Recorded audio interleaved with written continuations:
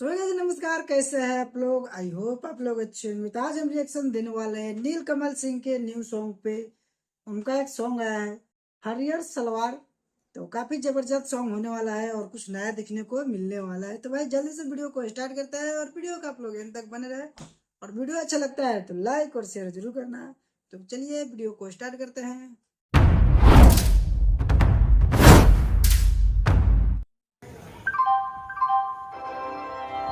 यात्री कृपया ध्यान दें, सुपरफास्ट ट्रेन थोड़ी ही देर में प्लेटफॉर्म क्रमांक 3 पर आ रही है।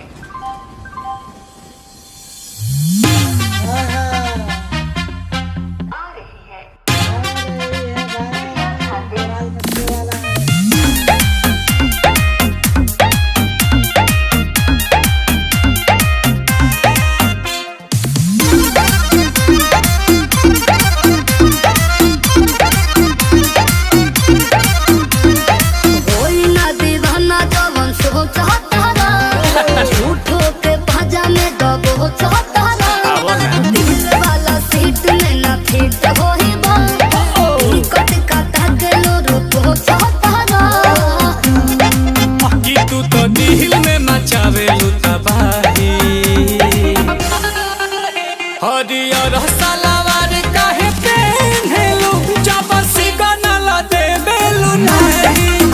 हरियर सलवार काहे पेन्हेलु जब सिग्नल देबेलु नहीं। क्या बोलते हैं?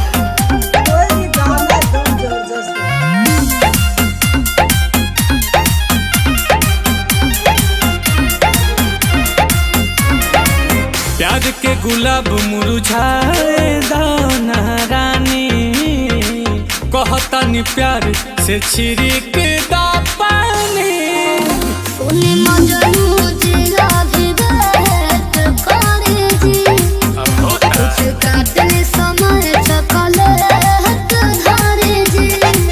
तो आँख मार के तू क दे बुघावाही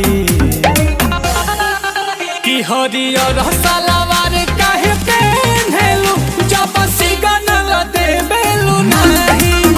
हरियर सलवार काहे पेन्हेलु जब सिग्नल देबेलु नहीं। बाबू नो एंट्री बा।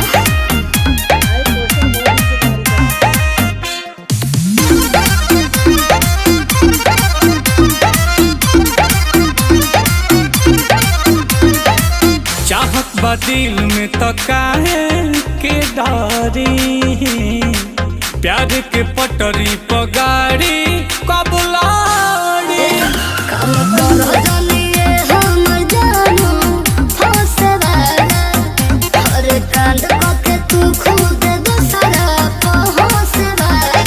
अरे मारी का जरा लगेलू मारा खाही। तो हरियर सलवार काहे पेन्हेलु जब सिग्नल देबेलु नहीं। हरियर सलवार काहे पेन्हेलु जब सिग्नल देबेलु नहीं।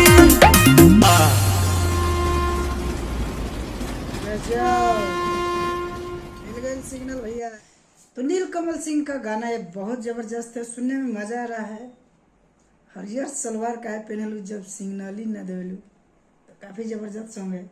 लिरिक्स लिखे है मोनू साहू, म्यूजिक शुभम राज SBR। तो काफी जबरदस्त सॉन्ग है और सिंगर है नीलकमल सिंह, शिल्पी राज और फीचरिंग की